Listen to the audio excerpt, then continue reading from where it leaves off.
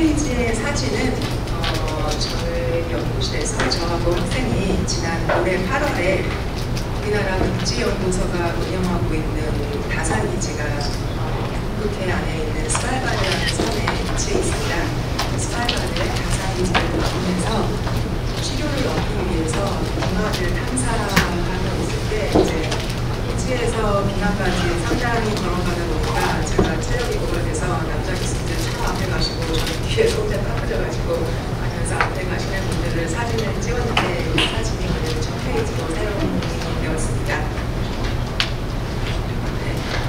먼저 지난 3월, 올 3월에 한겨레 신문에 난 기사를 가지고 강의를 시작하고자 합니다.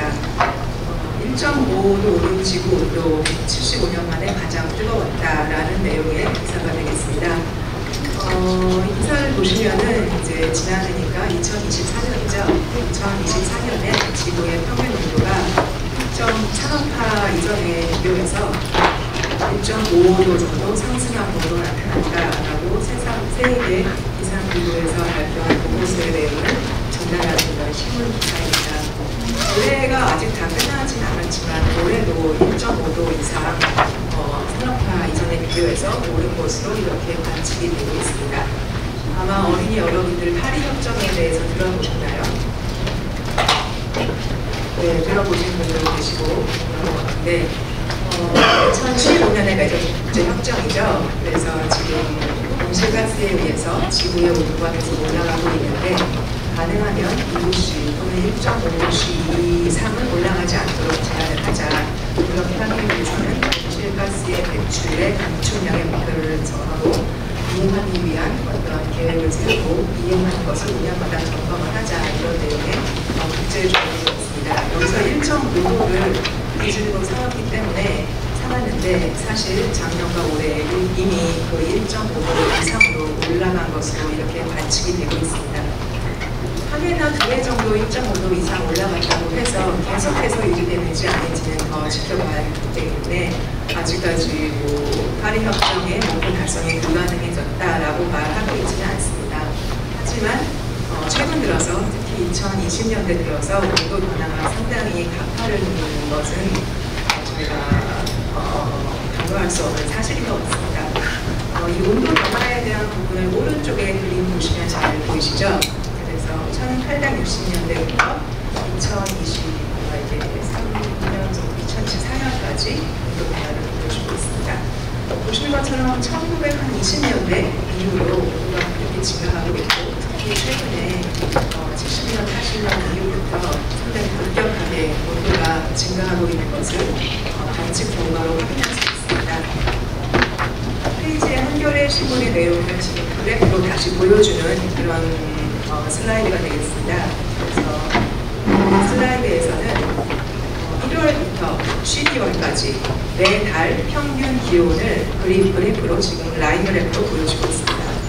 보시면은 0에 해당하는 이 수치가 프리-인더스트리얼 레퍼런스에서 산업화 이전의 지구의 평균 온도를 0으로 보여주고 있습니다.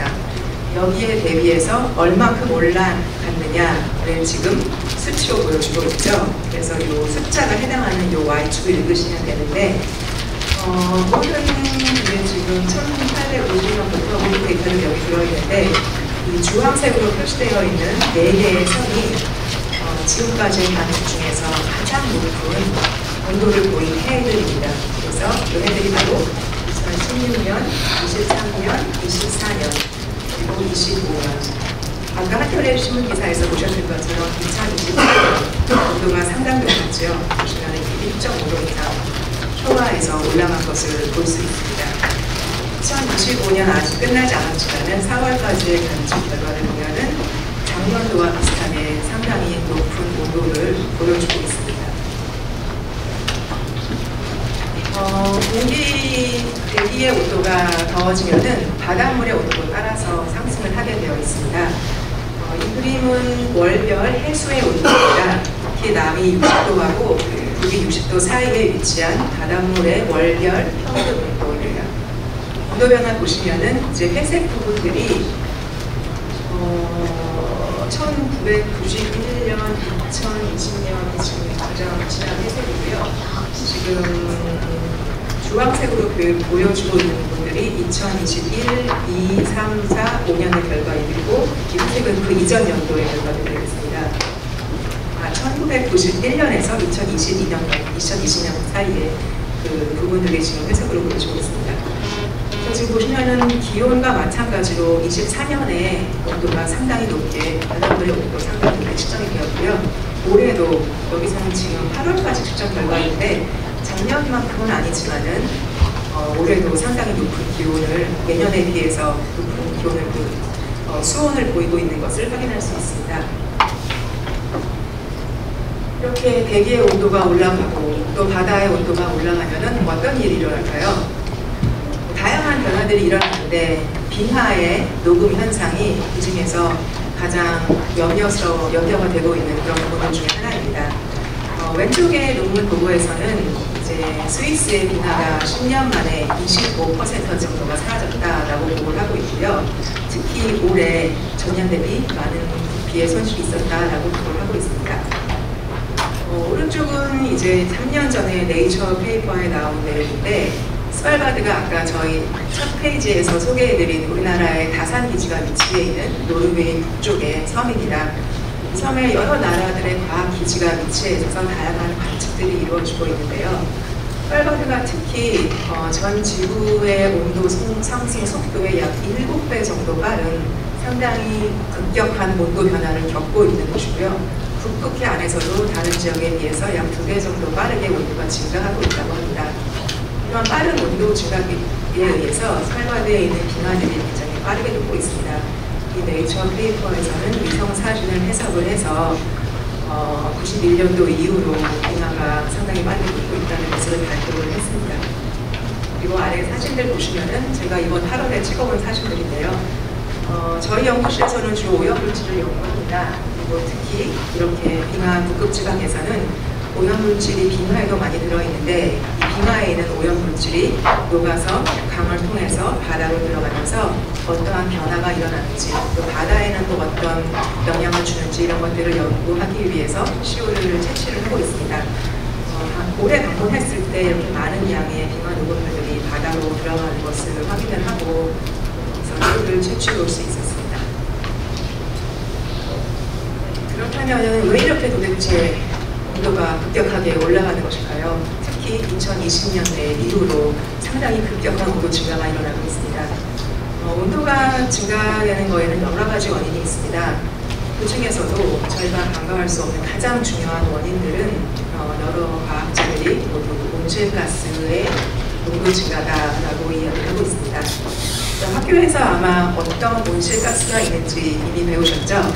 네, 오른쪽에 이 화살표 가장 중요한 6개의 온실가스를 모아봤습니다.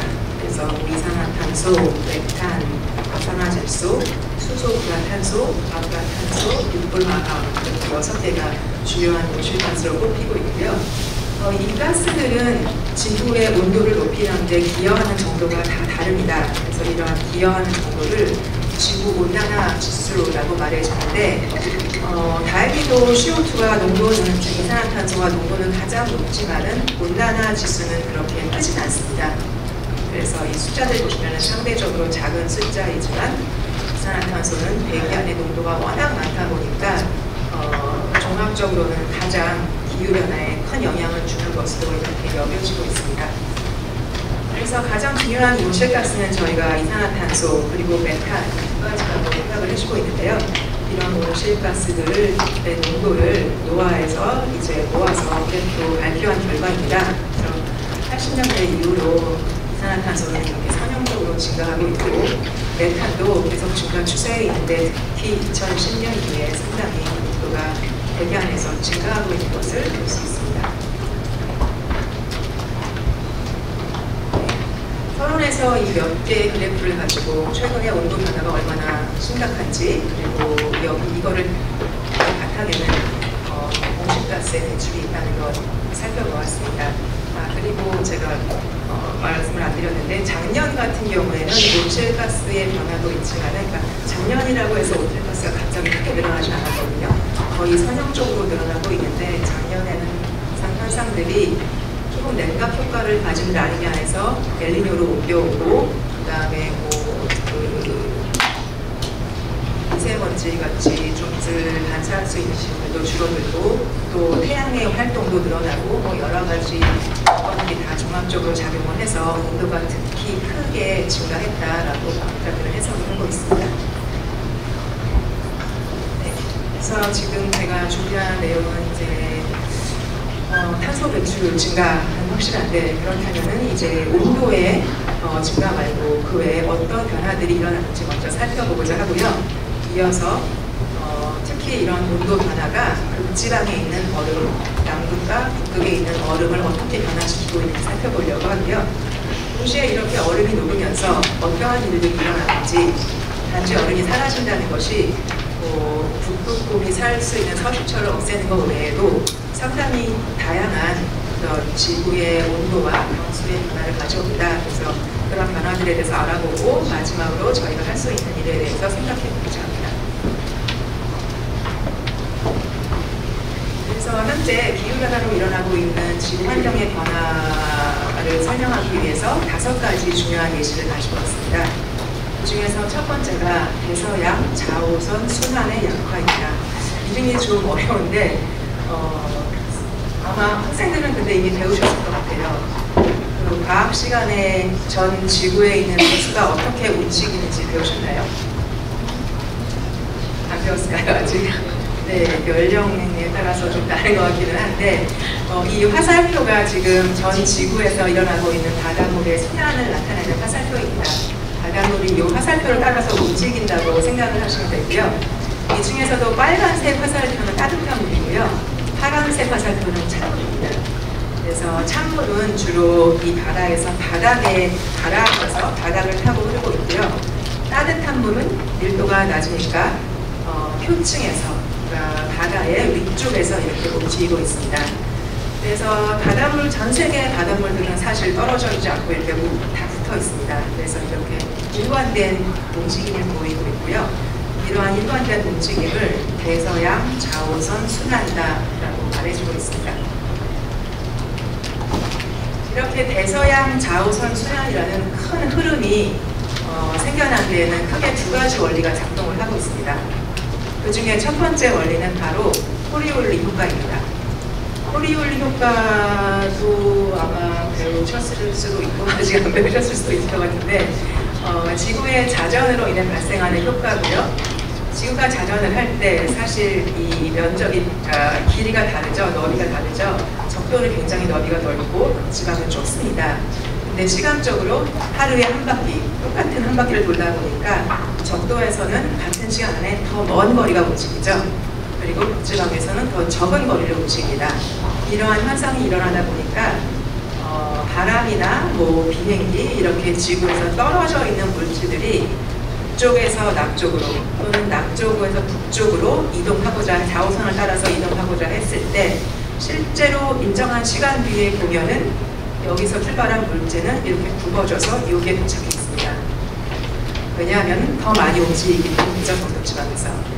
그래서 이렇게 의도하는 방향보다 북반구에서는 오른쪽, 남반구에서는 왼쪽으로 휘어지는 현상을 코리올리 효과라고 불러줍니다. 이 효과는 네덜란드의 수학자인 아스파르 코리올리가 19세기 초반에 발견한 이런 원리가 되겠습니다. 이런 원리에 가장 영향을 많이 받는 것이 바로 바람입니다. 그래서 여기에 이 화살표들은 지금 지구에서 불고 있는 바람의 방향이거든요. 바람은 이제 고기압에서 저기압으로 불겠죠. 기압이 형성이 되면은 항상 높은 기압에서 낮은 기압으로 바람이 부는데, 고기압에서 저기압, 고기압에서 저기압, 고기압에서 저기압 이렇게 바람이 부는데 똑바로 불지 못하고 이렇게 오른쪽으로 휘어지는 현상이 일어납니다. 그래서 이 현상을 코리올리 효과라고 불러주고요. 바람뿐만 아니라 저희 바다에 있는 물들도 이렇게 지구 자전의 영향을 받아서 코리올리 효과를 일으킵니다. 보시면은 바람이 이렇게 이쪽이 북쪽이라고 치면은 북쪽으로 불고 있을 때 표층에서는 바람을 그대로 따라가지 못하고 지구 자전의 영향으로 오른쪽으로 휘어지는 현상이 발생합니다. 이렇게 오른쪽으로 휘어지는 현상이 제일 바다의 위쪽이 가장 강하고요. 점차로 약화되겠죠. 그래서 전체 한 100m의 부피를 보면은 물은 바람의 오른쪽으로 보시게 됩니다. 이런 수송 효과를 에크만 수송이라고 불러줍니다. 이 에크만 수송에 의해서 바람에 따라 움직이는 바다의 흐름의 방향이 결정됩니다. 따라서 아까 바람의 방향과 코리올린 효과와 그리고 에크만 수송을 다 연결하다 보면은 이제 이렇게 빨간색 화살표나 파란색 화살표를 따라서 표층 100m의 해수가 움직이는 것을 관측을 할 수가 있습니다. 그래서 북반구에서는 시계 방향, 그리고 남반구에서는 반시계 방향의 흐름이 형성이 됩니다. 이 흐름이 바로 대서양 좌우선 순환의 표층 흐름의 방향을 결정해 줍니다. 그러니까 대서양 좌우선 순환이 이 왼쪽에서 침강을 해서 쭉 태평양에서 올라가면은 이렇게 북쪽을 따라오는데 이 방향과 일치하고요. 또 대서양에서 표층 해수의 흐름도 이 환류의 방향과 일치하는 것을 볼 수 있습니다. 지금 설명드린 이 바람, 코리올 효과, 자전 이런 부분들은 표층에만 해당하는 부분이고요. 바다의 깊이는 표층 100m보다 훨씬 깊죠. 네, 가장 깊은 것은 5km가 넘어가는 것으로 알려져 있는데 대부분은 3km, 4km 정도의 깊이를 가지고 있습니다. 이 깊은 바닷물은 바람의 영향을 받기에는 너무 멉니다. 그래서 바람의 영향을 받지 않고 밀도 차이에 의해서 움직여줍니다. 이 밀도 차이에 의한 해수의 순환을 저희가 열, 염 순환이라고 불러주는데요. 열, 온도겠죠. 염은 염분. 바닷물엔 암양의 소금이 녹아있죠. 소금을 얼마나 가지고 있느냐, 그리고 온도가 얼마냐, 이 두 가지의 효과가 바다의 밀도를 결정해 줍니다. 그래서 소금이 많고 차가운 물은 밀도가 크겠죠. 밀도가 큰 물은 가라앉습니다. 그래서 소금분이 많고 또 차가운 물들이 극지에서 가라앉아서 쭉 이동을 하다가 이제 어느 정도 태양열이 따뜻한 정도에 이르게 되면은 따뜻해져서 다시 위로 상승해주는 이런 순환을 저희가 열염 순환이라고 불러줍니다. 그래서 이 열염 순환이 바로 수직적인 거대한 이 대서양 좌우선 순환에서 이 하층부에 있는 물의 흐름을 결정하고 있습니다. 그래서 이 좌우선 순환을 요약해서 설명드리면은 대서양의 북쪽에서 차가운 물, 여기가 북쪽이 바로 그린랜드에서 많은 그린랜드 인근에서 많은 바다 얼음이 형성되는 지역입니다. 바다 얼음이 형성될 때는 얼음은 그 염분을 포함하지 못합니다. 얼어가면서 염분을 다 밖으로 내보냅니다. 그래서 염분이 많은 바닷물이 요 근처에 형성이 되고요. 염분이 많으면서 차가우니까 밀도가 상당히 높겠죠. 그래서 이 무거운 바닷물이 쭉 가라앉습니다. 그래서 바닷물이 가라앉는, 즉 좌우선 순환이 시작되는 부분이 이 대서양 북쪽이라고 알려져 있습니다. 그래서 쭉 가라앉아서 이제 태적층을 따라서, 전층을 따라서 남극으로 쭉 흘러 들어가고요. 남극에서는 다시 태평양과 인도양으로 전달이 되고요. 전달이 되다가 이렇게 적도지방을 만나면 물이 따뜻해져갖고 다시 이렇게 위로 올라옵니다. 위로 올라오는 이 화살표를 여기서 표시하고 있습니다. 그러면 이제 표층으로 올라와서 이 빨간 화살표를 따라서 쭉 흘러서 다시 대서양으로 돌아가는 이 순환이 이루어지는 것들을 대서양 좌우선 순환이라고 저희가 말해줍니다. 그래서 이렇게 바닷물을 한 바퀴 돌리는 데는 저희가 한 600년 이상 걸린다라고 알려져 있습니다. 굉장히 천천히 바닷물이 큰 흐름을 가지고 움직이는 현상이다라고 이해를 하시면 될 것 같습니다. 그런데 지금 기후변화가 일어나서 바닷물이 따뜻해지고 또 빙하가 녹으면서 이 커다란 글로벌 컨베이어 벨트라고 부르고 정확한 이름은 대서양 좌우선 순환인데요. 이 순환에 문제가 생기고 있습니다. 이 문제가 생기는 이유는 여기 간단히 정리를 했는데요. 일단 해양온난화, 바닷물이 지금 아까 저희가 첫 페이지에서 보여드렸다시피 그 온실가스가 증가하면서 대기의 온도가 올라가죠. 대기의 온도가 올라가니까 바닷물도 따뜻해지죠. 물이 따뜻해지면은 밀도가 작아집니다. 가벼운 물로 변합니다. 그리고 동시에 그린란드에 있는 큰 얼음들이 많이 녹고 있습니다. 얼음이 녹으면은 이 물들은 전부 염수가 아니라 담수입니다. 즉 염분이 없는 물들입니다. 이렇게 염분도 없고 온도도 높은 담수가 형성이 되다 보니 옛날처럼 깊게 가라앉지를 못합니다. 가라앉지 못하다 보니 이 대서양 좌우선 순환이 시작 부분이 상당히 힘이 약해집니다. 힘이 약해진다는 것은 이 흐름이 느려진다는 거죠. 그래서 이런 좌우선 순환이 현재 조금씩 느려지고 있다라고 과학자들이 관측을 하고 있습니다.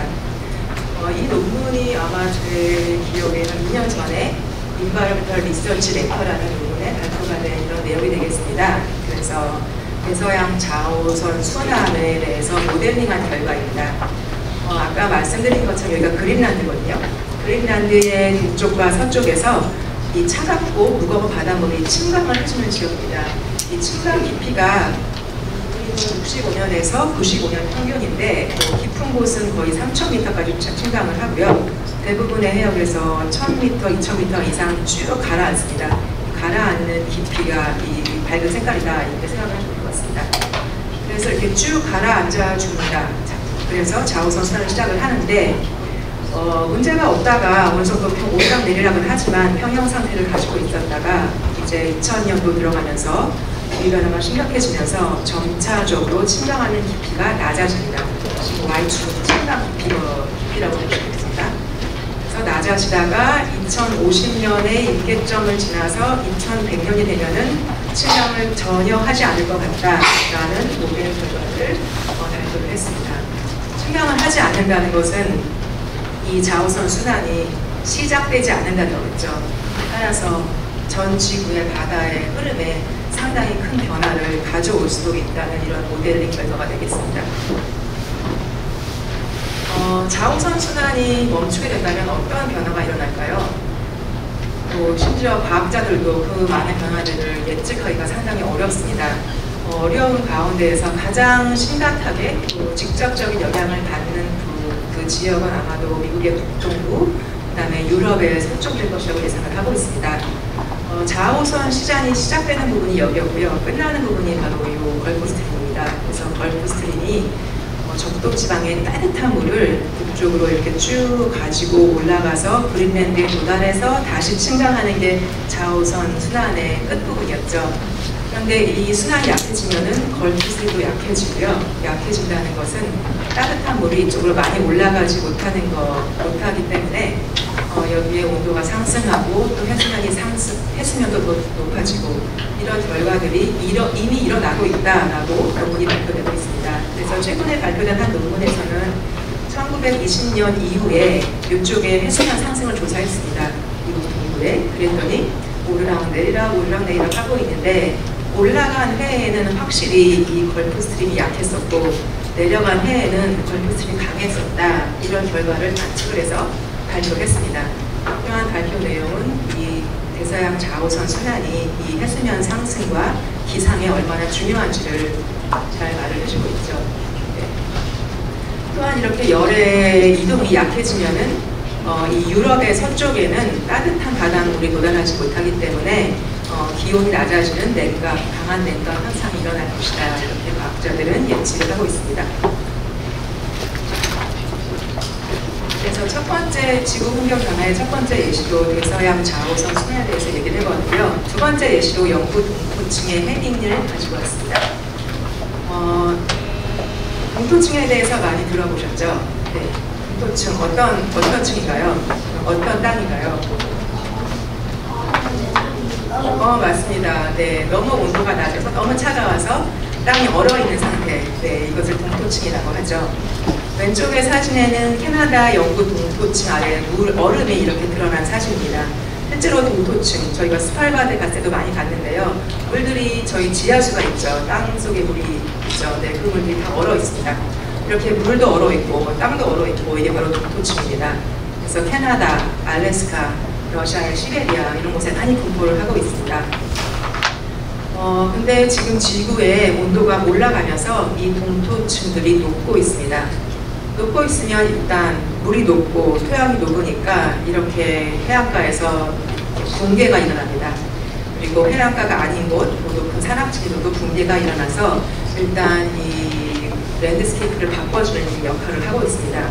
그래서 바닷가에 이렇게 언덕이 있는 걸 저희가 카르스트 지형이라고 말하는데 이런 열 때문에 붕괴된 만들어진 지형을 서멀 카르스트다 이렇게 말해주고 있습니다. 그래서 이렇게 새롭게 카르스트들이 생기고 있고요.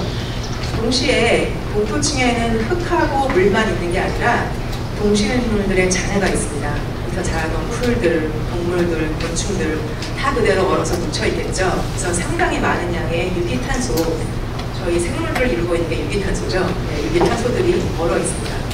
얼어 있을 때는 괜찮았습니다. 그리고 여기 탄소의 양이 사실은 대기에 있는 탄소의 양보다 2배 정도 많다고 합니다.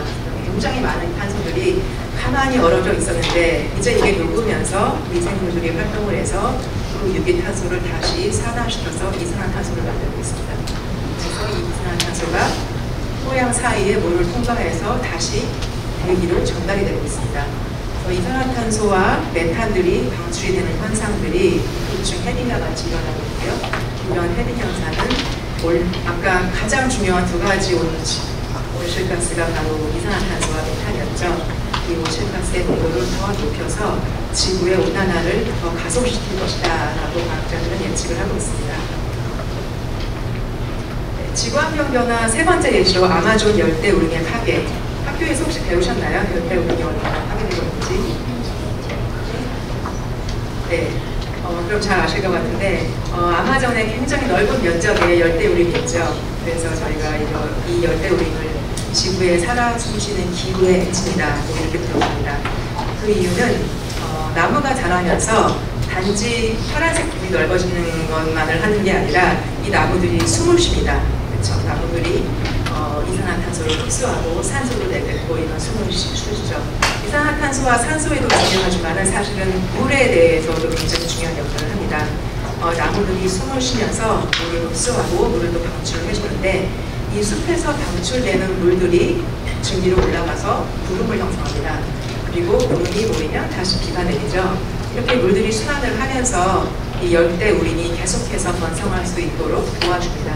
따라서 강우 조절에 굉장히 중요한 역할을 하고 있는데 지금 현재 이미 많은 부분에 이 아마존 열대우림이 파괴되었다고 합니다. 그 이유는 이제 이런 얼음, 그리고 기후변화로 인한 가뭄, 그리고 산불, 그리고 이런 토지의 개간, 이런 공간의 목적을 위해서 토지를 사용하기 위해서 나무를 이제 없애버리는 일들이죠. 이런 일들 때문에 지금 우리의 나무들이 많이 사라지고 있고요. 이런 사라지는 현상들은 다시 기상변화를 일으켜서 더 많은 나무들이 사라질 수밖에 없는 단계로 가고 있다. 한 논문에서는 이제 보건력을 분석해봤더니 2000년부터 이미 아마존 열대우림의 75% 정도의 면적이 보건력을 상실했다 이렇게 발표를 하고 있습니다. 네 번째로 가지고 온 예시는 그린랜드 빙상의 유해가 되겠습니다. 지구상에 저희가 살고 있는 곳에서는 겨울에 눈이 오는 것 말고는 사실 빈권, 얼음을 보기가 쉽지 않죠. 하지만 전 지구적으로 보자면은 사실 저희가 보고 있는 이 담수들, 저희가 담수를 주로 어디서 보나요? 바닷물이 아닌 물들이 어디에 주로 있죠? 강, 그렇죠. 또 호수, 네, 저수지. 저희 나라는 워낙 댐이 많아서 저수지에 대부분의 물들이 갇혀 있죠. 저수지, 또 지하수, 이런 부분들이 저희가 보고 있는 담수들인데 사실 전 지구적으로 보면은 대부분의 담수는 얼음의 형태로 존재합니다. 약 지구상에 존재하는 75% 정도의 물이 얼음으로 존재한다고 이렇게 계산이 되어지고 있습니다. 그렇다면 어떤 종류의 얼음이 있을까요? 여기 그림에서 잘 보여지고 있는데 맨 왼쪽에 있는 그림이 글레이저, 빙하입니다. 산 위에 눈이 내려서 얼음으로 바뀐 것들을 빙하라는 거죠. 그리고 맨 오른쪽에 아이스 쉬트, 빙상입니다. 그린랜드라든가 아니면 남극 이렇게 땅이 있는 곳에 눈이 계속 쌓여서 보시면은 상당히 2km 정도의 깊이 가지고 있죠. 그래서 수키로의 높은 고도를 차지하면서 눈이 얼어있는 현상을 저희가 빙상이라고 부릅니다. 그리고 빙상이 바다 쪽으로 쭉 연결됐을 때 이거를 빙붕이라고 불러줍니다. 빙붕은 높이가 한 200m 정도, 상당히 높죠. 네, 얼음의 벽을 가지고 있고요. 그 다음에 이와는 별개로 이제 북극이나 남극의 공기가 워낙 차갑다 보니까 바다의 표층이 얼어버립니다. 바닷물이 얼어서 만들어진 얼음을 해빙, 시아이스라고 불러줍니다. 그래서 이렇게 그리고 동토층, 아까 잘 보신 동토층이 있죠. 그래서 이런 5가지 정도 서로 다른 얼음이 지구상에 존재를 합니다. 이 얼음들이 어느 정도 생존할 수 있는지 그 시간을 밑에 보여주고 있습니다. 눈이 오면은 뭐 수일에서 수개월, 만년설이 아닌 이상은 겨울이 지나면 다 녹아버리겠죠. 하지만 이런 빙상을 보자면은 100만 년 이상 그대로 얼음채로 녹지 않고 갇혀 있습니다. 또 아까 말한 그 프로즌 그라운드, 동토층도 수년, 수백 년 동안, 수천 년 동안 얼어져 있는 것으로 이렇게 알고 있습니다. 기후변화가 워낙 심하다 보니까 이러한 빈권의 변화가 있습니다. 그 중에서도 과학자들이 가장 염려하고 있는 빈권은 바로 그린란드의 빙상, 그리고 남극 대륙 위에 있는 빙상입니다. 2가지 얼음에 대해서 가장 많이 걱정하는 이유는 사실 세상의 모든 얼음들이 대부분의 이 2가지 얼음에 갇혀있기 때문입니다. 전체 얼음을 100으로 보자면은 그 얼음 중에 97 정도가 남극과 그린란드 위에 빙상의 형태로 얼어져 있습니다. 따라서 이 빙상이 녹는다는 것은 어마어마한 양의 담수가 얼음에서 물로 바뀌어서 바다로 다시 유출된다는 것을 의미하고, 따라서 과학자들이 여기에 대해서 많은 염려를 하고 계속해서 관측을 하고 있습니다. 그린란드 빙상이 어느 정도로 빠르게 녹고 있는지를 이제 관측을 한 결과가 네이처 커뮤니케이션이라는 부분에 얼마 전에 게재가 되었습니다. 대표적인 그림 그리고 그래프를 가지고 왔습니다. 보시면은 2011년 대비 2021년까지 그린란드 빙상이 가지고 있는 높이를 측정해서 2011년을 기준 높이로 해서 이후에 얼마나 몇 미터가 감소하고 있는지 쭉 측정한 결과입니다. 인공위성 보도계를 가지고 측정을 했다고 해요. 그래서 측정한 결과를 보시면은 이제 낮아지는 게 여름일까요, 겨울일까요? 네, 여름에 낮아지고 겨울에 눈이 쌓이니까 또 높아지고 여름, 겨울 이렇게 반복이 되는데 여름에 녹은 만큼 다시 겨울에 쌓이지를 못합니다. 여름에는 1.4m가 녹지만은 겨울에는 0.9m의 녹만 쌓인다고 합니다. 그러다 보니까 천천히 지금 그린란드 빙상이 낮아지고 있습니다. 그래서 이 낮아지는 효과를 다시 그림으로 표시할 때 왼쪽에 그립니다.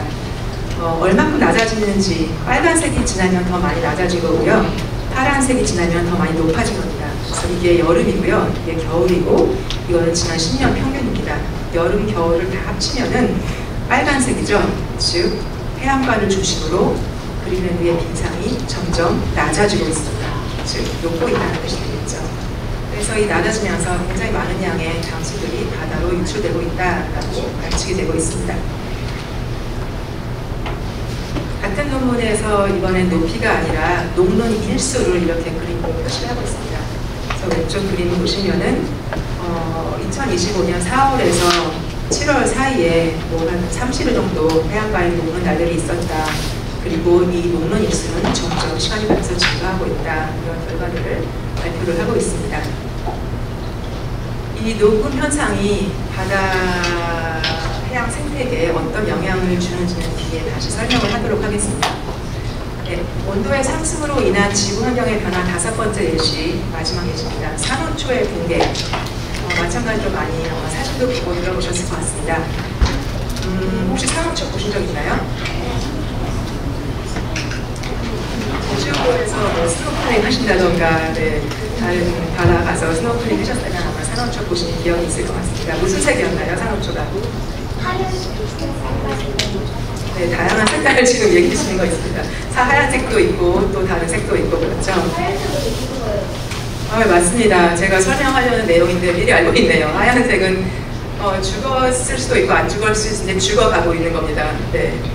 그래서 산호초가 왜 색깔을 보이는지 먼저 설명을 해주자면은, 산호초가 색을 보이는 이유는 산호 자체는 사실 탄산칼슘입니다. 그래서 그냥 흰색이거든요. 근데 산호 위에는 이제 그 조직 안에 조류들, 특히 주사체라고 부르는 식물 플랑크톤이 조직 안에 이렇게 박혀서 살고 있습니다. 산호는 이 미세 조류가 없으면 살 수가 없다고 합니다.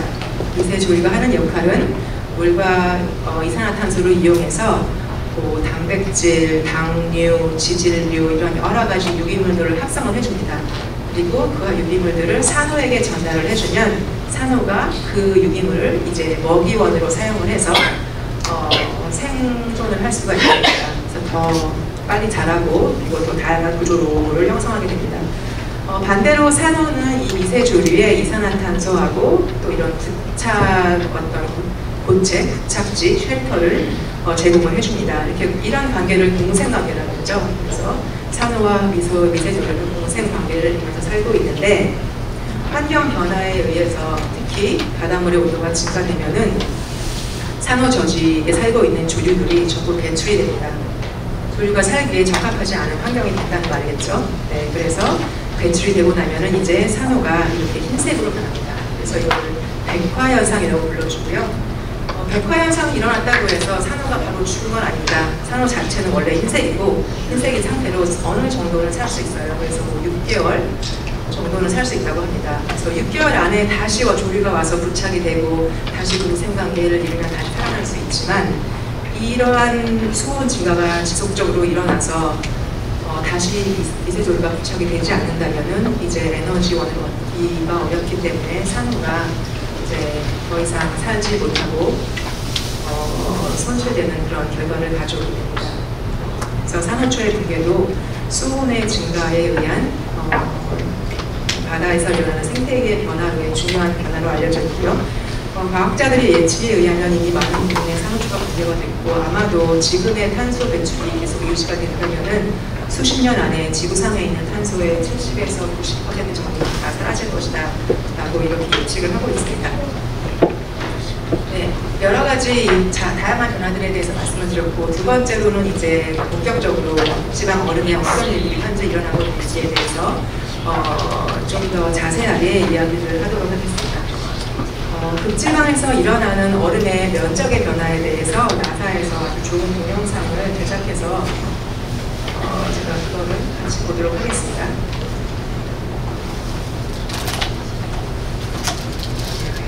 소리가 안 나네요.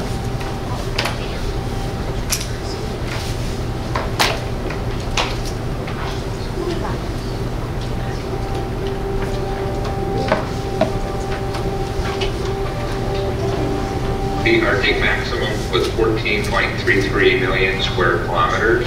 That is the lowest maximum we have in our records. That goes back to 1979. The Arctic maximum represents the end of the winter ice growth season. So the record low maximum that we see this year indicates a warming climate where the ice is not growing as much as we normally would see, and it continues the downward trend in the Arctic seas.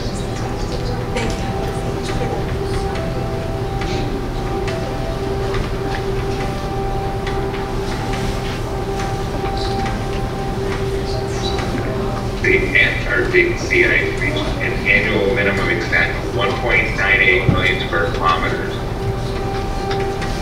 This was the second lowest extent in our satellite record.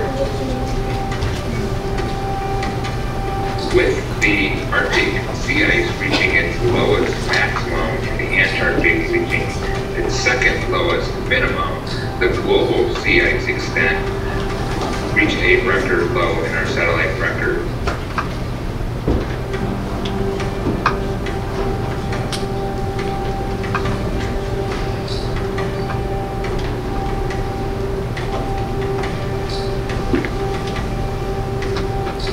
The Arctic and Antarctic both being very low for their time of year is yet another indication of the long-term changes in climate that we're seeing globally, but are particularly showing up faster and earlier in the polar regions.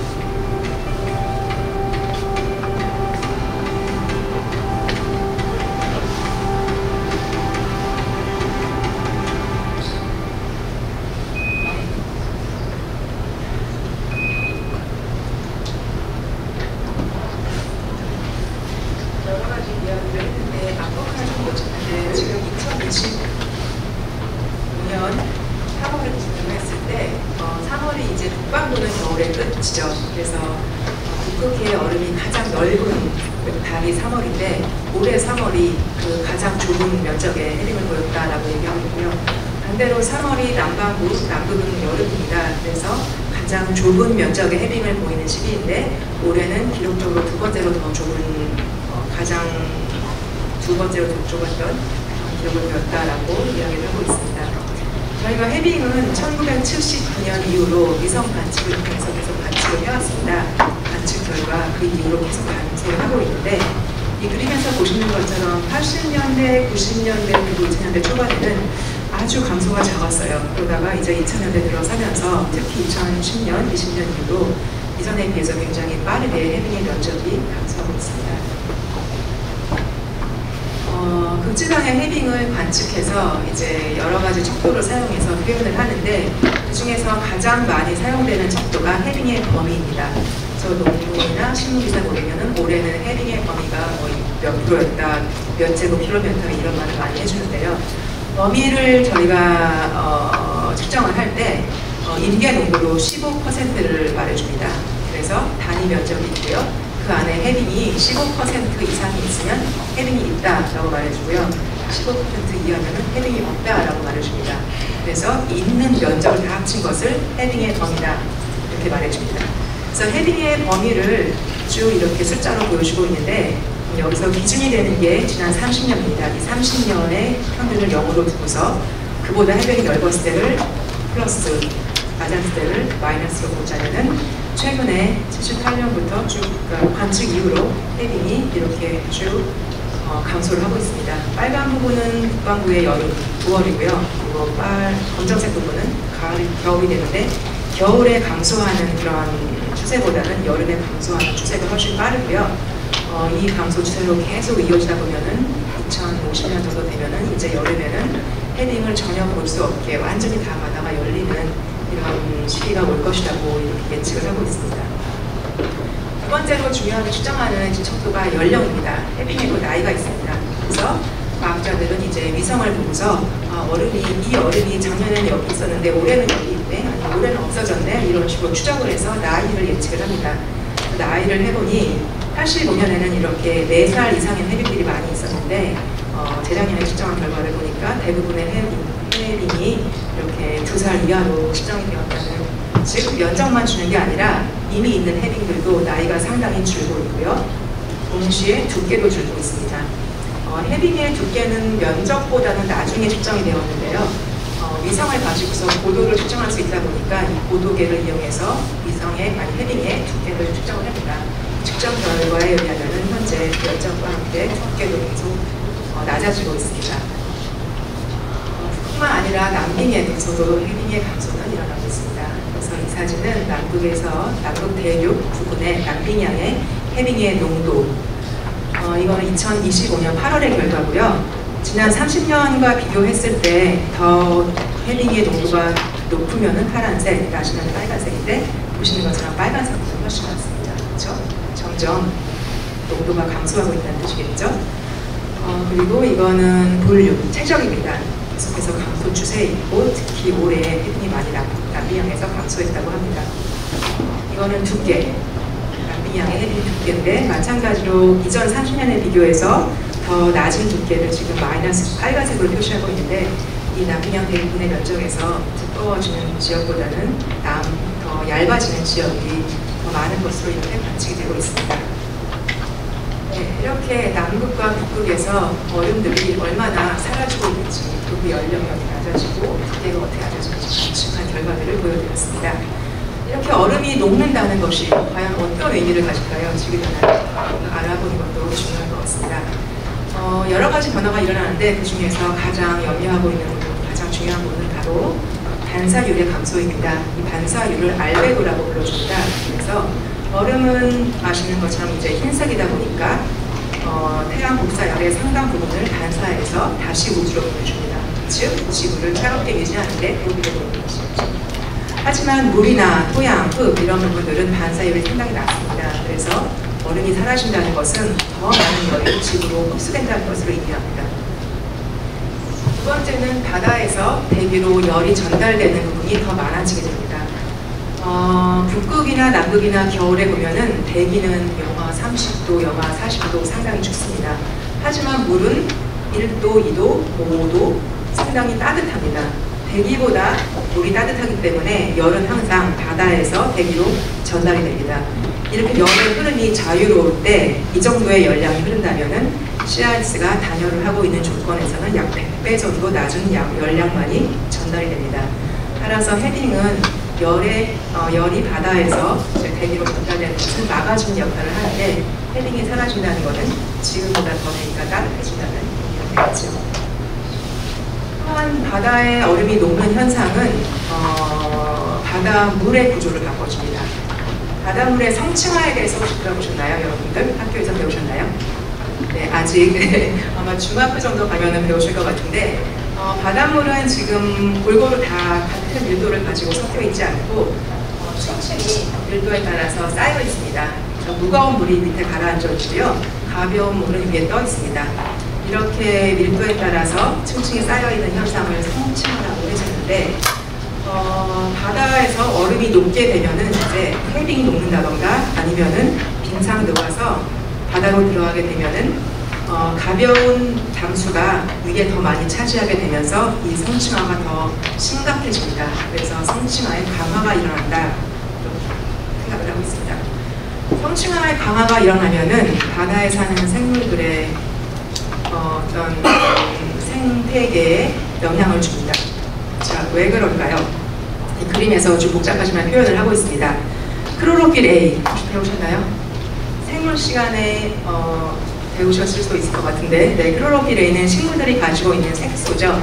그래서 저희가 쉽게 크로로필 A, 그러니까 1차 생산자들, 바다에 식물들이 얼마나 있는지 알고 싶을 때 이 색소의 농도를 측정해 봅니다. 그러면 이 색소가 많으면은 여기 식물이 많구나, 적으면 식물이 없구나 이렇게 알 수 있습니다. 이 바다의 1차 생산자들의 양이라고 생각을 하시면 되고요. 보시면은 깊이가 한 100m 되는 약간 저층에서 많은 식물들이, 즉 미세 조류들이 자라고 있습니다. 여기서 많이 자라는 이유는 빛도 충분하면서 동시에 영양분이 충분하기 때문입니다. 바다의 영양분의 이 그림을 보시면은 바다는 표층에는 영양분이 거의 없고요. 심층으로 갈수록 농도가 높습니다. 그 이유는 위에서 떨어지는 유기탄소들을 미생물들이 다시 분해해서 영양분을 만들기 때문입니다. 그래서 영양분도 어느 정도 있으면서 빛도 있는 층이 바로 이 100m다 보니까 여기에 대부분의 식물 플랑크톤들이 모여 살고 있습니다. 하지만 헤딩이 녹아서 담수가 많이 유입되면은 이 성층화가 강해지고 이 믹스드 레이어가 더 얇아집니다. 이런 조건에서는 영양분들의 전달이 어렵기 때문에 1차 생산자들이 번식하는 것이 어렵게 됩니다. 이런 가설들이 이전부터 있어 왔는데 최근에 이거를 실제로 측정을 해서 네이처에 발표를 했습니다. 그래서 발표한 논문의 대표적인 그림인데요.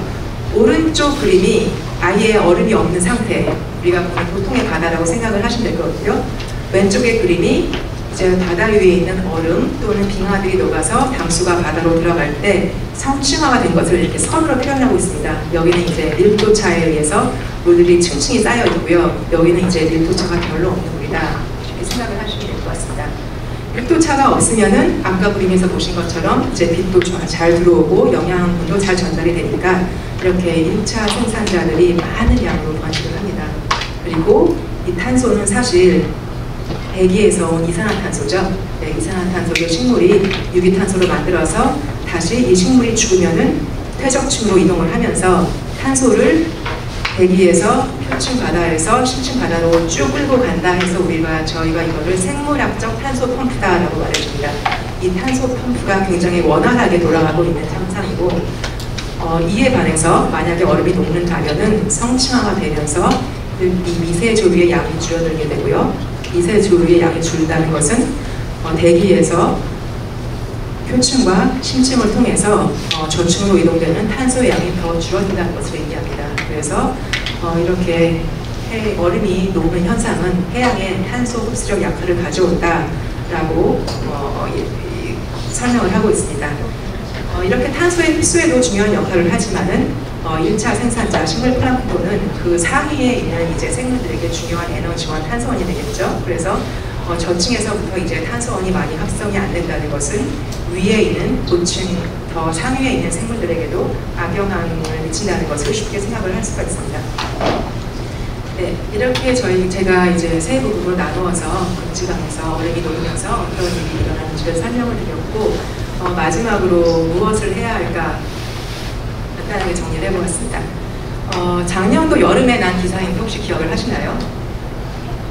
작년도 여름에 우리나라에서 이제 아마 청소년들이 중심이 되었던 것으로 알고 있는데, 지금 현재 우리나라가 가지고 있는 탄소 중립 기본법은 2030년까지는 온실가스를 얼마로 감축하겠다 목표가 있지만 그 이후에 대해서는 전혀 목표량도 이행 계획도 아무것도 없습니다.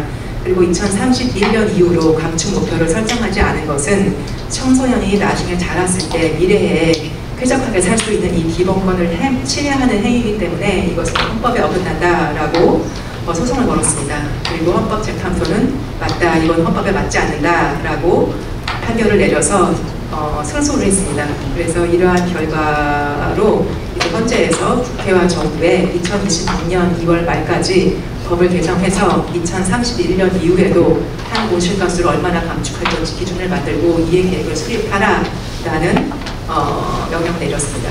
이런 예시들이 아마 청소년이나 우리 일반 시민들이 기후변화에 많은 관심을 갖고 있다면 국회와 정부를 움직일 수 있다는 좋은 예시가 되는 것 같아서 가지고 왔습니다.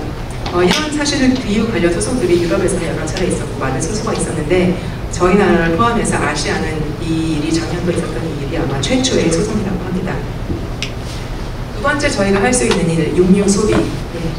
사실은 이렇게 우리나라 온실가스 배출량 그래프를 보시면은 산업, 전환, 수송, 건물 이렇게 해서 농축산물이 차지하는 비율이 굉장히 적습니다. 그래서 좀 먹어도 되지 않나 싶은데 사실 이거는 생산에 대한 부분이고요. 육류가 이동하고 소비되고 폐기되고 이런 전 과정을 다 합치면은 온실가스 배출량의 15% 정도를 육류 소비가 차지하고 있다고 합니다. 또 이렇게 축산업 관련은 이산화탄소뿐만 아니라 메탄이라든가 아황산가스의 주요한 원인으로 작용을 하고 있습니다. 따라서 여러분들이 좀이라도 적게 고기를 소비하는 것은 온실가스를 줄여서 지구를 지키는데 많은 도움이 될 것 같습니다. 네, 이외에도 저희가 생활 속에서 탄소 중립을 실천할 수 있는 여러 가지 방법들이 많이 있습니다. 마지막 페이지에 생활 속에서 탄소 중립을 실천할 수 있는 방법을 7가지 정도 정리해봤습니다. 지금 학생들이 말해준 내용이랑 거의 똑같은 것 같아요. 대중교통 이용하기, 중고거래와 물건 재사용하기, 고기 줄이기, 음식물 쓰레기 줄이기, 일회용품 사용 줄이기, 그리고 가전제품 에너지. 여기 부모님들도 많은데 냉장고, 에어컨, 전기밥솥이 그렇게 전기를 많이 쓴다고 그러더라고요. 전기밥솥도 가능하면 사용하지 않는 것이 좋습니다. 그래서 이런 부분들도 저희가 많이 쓸 수 있고요. 전기 절약, 게임 시간 줄이기. 이거야말로 정말 학생들이 제일 많이 할 수 있는 일인 것 같습니다. 여러분이 게임하면서 전기 많이 사용하시죠? 네, 가용하면은 게임을 하기보다는 밖에 나가서 뛰어노시면서 친구들을 만나는 것도 사실 탄소 중립에 많은 도움이 됩니다. 네, 이렇게 제가 오늘 어떤 지구상에서 변화가 일어나는지, 그리고 이런 것들이 어떻게 저희 생활을 바꾸는지, 그리고 이것들을 막으려면 어떤 습관을 가져야 될지 정리를 하면서 오늘 발표를 마무리하겠습니다. 감사합니다.